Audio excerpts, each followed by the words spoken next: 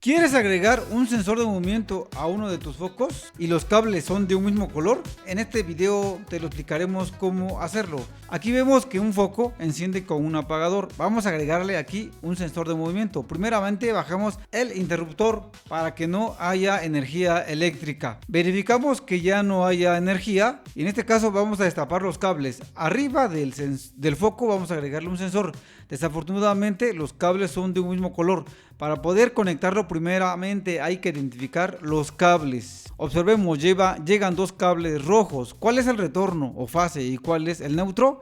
Para eso primeramente subimos el interruptor para que haya energía y a través de un probador que va a emitir un sonido nos va a decir cuál es el retorno.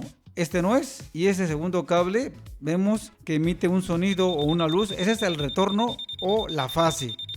A ese retorno, el que emitió la luz, vamos a ponerle una marca. Verificamos que efectivamente es retorno o bien siendo fase cuando cierra el circuito del apagador.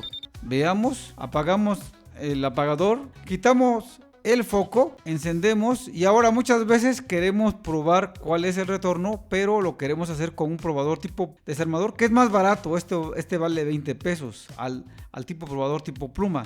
Entonces tocamos un cable y en la parte de arriba hacemos contacto, no emite una luz. Lo vamos a hacer con el otro cable y vamos a ver que en este por lógica debe de emitir una luz. Observen, ahí tiene un LED con una luz. Significa que ese viene siendo el retorno o la fase al cerrar el interruptor. Este probador es barato, 20 pesos, a diferencia del probador tipo pluma que vale 400 pesos, sería más complicado. Entonces, con ese tipo de probadores podemos identificar cuál es el retorno.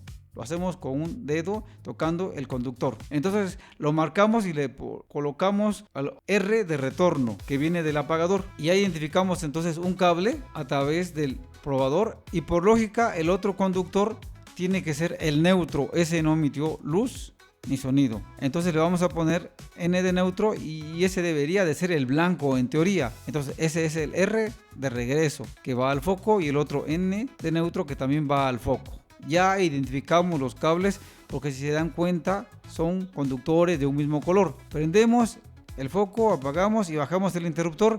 Ahora vamos a colocar este sensor de movimiento. Observemos, llegan tres cables, azul, café y rojo. Uno dice N, que es el neutro. El otro dice L, el café, que viene siendo la fase. Y el otro es el rojo y L', que va conectado hacia el foco. Vamos a ponerle los colores adecuados de acuerdo a la normatividad. Para el azul vamos a sustituirlo o agregarle el blanco.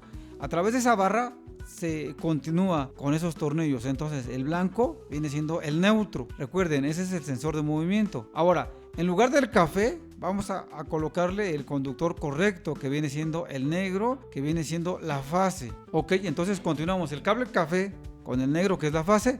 Ahora ese cable rojo está bien y entonces lo prolongamos con ese mismo conductor. Recuerden que L' significa que va hacia el foco. Entonces esos conductores vamos a conectarlos al foco para que este prenda ante la presencia de una persona con este sensor de movimiento.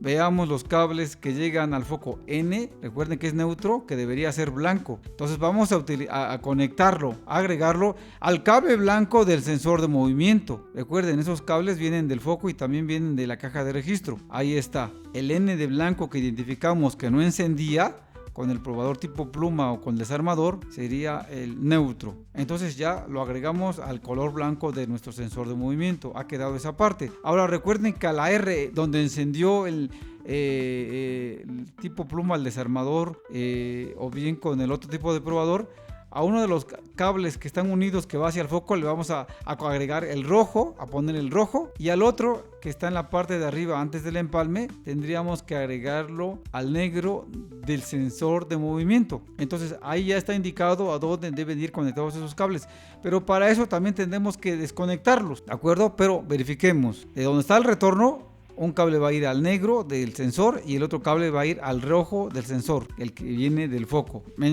Y observemos ahí, a esos dos cables van a llegar, pero como van a llegar esos cables, valga la redundancia, tenemos que separarlos en ese punto. Entonces hacemos la separación. Recuerden que este cable venía del apagador, entonces el cable que se separó, que está en el foco, dice que va al rojo del sensor de movimiento.